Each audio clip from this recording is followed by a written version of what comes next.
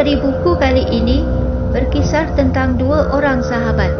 Mereka mempunyai minat yang sama dalam bidang mistik dan mencari harta karun. Setelah masing-masing sudah berkeluarga, mereka masih lagi sepakat dan membangunkan rumah dalam jarak yang dekat. Ramli berusia setahun lebih tua dari Johari. Suatu masa, timbul juga salah faham antara mereka kerana masing-masing mahu menunjukkan kehebatan ilmu masing-masing. Kerana sakit hati, dalam diam Johari mula berniat buruk apabila melihat Ramli yang hidup mewah berbanding dia yang tidak bekerja, hanya mengharapkan isterinya yang bertugas sebagai jururawat untuk menampung kehidupan mereka. Johari mengakui kononnya dia pandai menyeru batu delima merah yang bernilai tinggi wujud. Lalu dia mengajak Ramli untuk membuat permohonan agar batu delima dapat dimiliki. Menurut Johari, dengan batu delima nanti boleh pula digunakan untuk menyedot wang gaib. Johari meminta sejumlah wang yang besar, kata Johari, untuk bayaran fidyah. Di belakang Ramli, Johari senyum dan tergelak besar kerana berjaya memperbodohkan temannya itu. Johari meminta Ramli mendapatkan 3 biji buah delima untuk projeknya. Lalu menyuruh Ramli membungkus delima dengan sehelai kain kuning. Di malam hari, tanpa pengetahuan Ramli, Johari menepuk dengan elok tanpa cacat celah dan menyumbat sebutir batu zikon merah ke dalam sebiji buah delima yang ranum. Genap hari ketiga, Johari menyuruh Ramli mengupas semua delima. Salah satu delima yang dikupas Ramli terdapat sebutir batu merah. Ramli seronok bukan kepala. Johari pula ketawa puas kerana telah berjaya mengenakan temannya itu. Tidak berapa hari kemudian, Johari meminta sejumlah wang yang banyak sebagai fidyah untuk tujuan menyedot wang gaib. Johari meminta Ramli menyediakan sebuah kotak dengan meletakkan 7 jenis bunga yang harum sebagai umpan.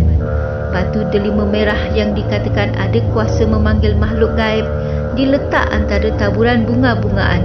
Kemudian kotak ditutup dengan kain kuning. Johari duduk bersendiri di dalam bilik menghadap kotak. Kononnya sedang menjalankan ritual memanggil makhluk halus. Tapi sebenarnya Johari telah mengambil batu delima dan menukarnya dengan batu yang pecah, kemudian menaburkan wang hancur. Kemungkinan besar adalah wang fotostat. Beberapa jam kemudian, Johari memanggil Ramli dan menyuruh Ramli membuka kotak. Tentunya Ramli kecewa kerana telah banyak wangnya keluar untuk kerja-kerja bodoh itu, tetapi tiada hasil yang diperolehi. Johari memberi alasan, mungkin mereka telah membuat kesilapan, seperti bunga yang diguna telah dihidu oleh orang. Kerana wangian bunga adalah untuk persembahan kepada makhluk gaib, Ramli hanya terdiam kerana kecewa. Johari masih tidak berpuas hati. Baginya alang-alang seluk pekasan biar sampai ke pangkal lengan. Niat Johari mahu melihat Ramli jatuh terkapar miskin. Lalu dia membuat satu lagi rancangan. Johari telah mencuri seekor mengkarung ekor bercabang dari seorang temannya.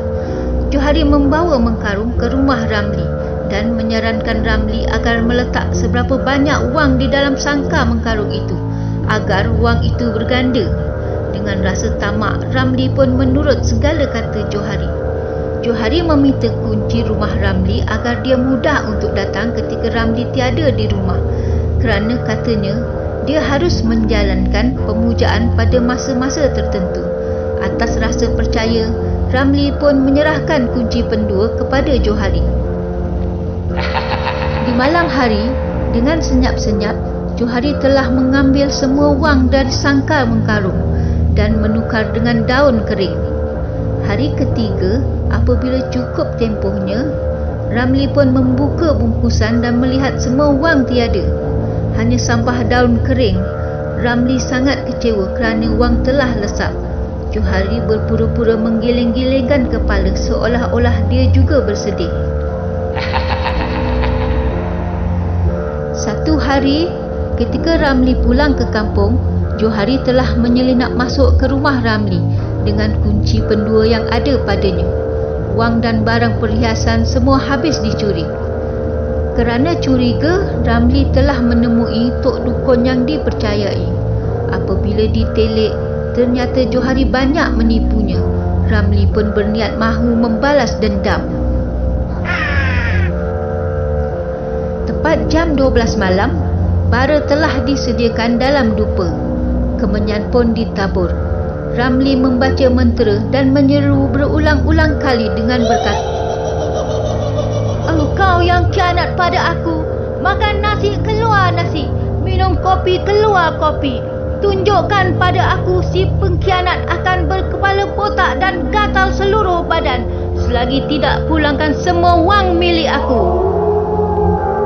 Sepantas bawang Rangers, asap putih berkepul-kepul menuju rumah Johari. Johari di rumah resah kepanasan. Dia pun menanggalkan semua tangkal yang dipakai kerana menyangka itulah punca penyebabnya dia merasa panas. Ketika Johari hendak melelapkan mata, bumbung rumahnya seperti dilempar dengan batu. Johari terkejut lalu keluar rumah untuk melihat apa yang berlaku. Johari melihat di atas bumbung satu lembaga berlegar-legar. Johari kecut perut kerana inilah kali pertama dia melihat perkara aneh. Terasa lemah sendi lututnya. Namun digagahi kakinya melangkah masuk ke dalam rumah dan menuju jendela kamar untuk merapatkan daun jendela yang terbuka. Di situ dia melihat satu lembaga menyeringai dengan taring dan kuku yang panjang. Johari rebah tak sedar diri. Esok harinya, Johari dapat mengesan bahawa kejadian semalam adalah angkara perbuatan Ramli.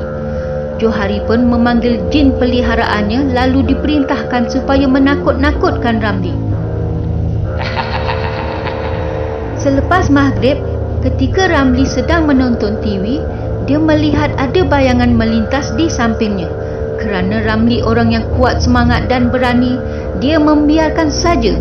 Dia juga mendengar sesuatu bergulung-gulung di atas rumahnya.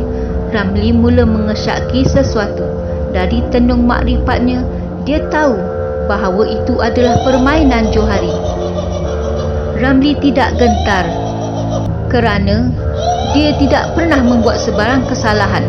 Lalu dia mengarahkan semula agar jin-jin setan peliharaan Johari pulang kepada Johari. Tepat jam 12 malam, Ramli melakukan lagi pemujaan seperti semalam. Kali ini lebih banyak kemenyan dan lebih banyak asap berkepul-kepul menuju rumah Johari. Johari yang baru melelapkan mata, kelemasan apabila merasa tubuhnya seperti dihimpit sesuatu. Dia mendengar suara-suara aneh yang mengerikan mengelilinginya. Johari cuba menjerit tapi tak berjaya. Terketar-ketar, dia membuka mata dan bangkit meraba suis lampu. Apabila kamar terang, tiada apa-apa yang aneh. Johari pun membuat andaian. Mungkin semua itu hanya mimpi. Ramli semakin galak membaca mentera sambil membayangkan situasi Johari yang dalam keadaan cemas.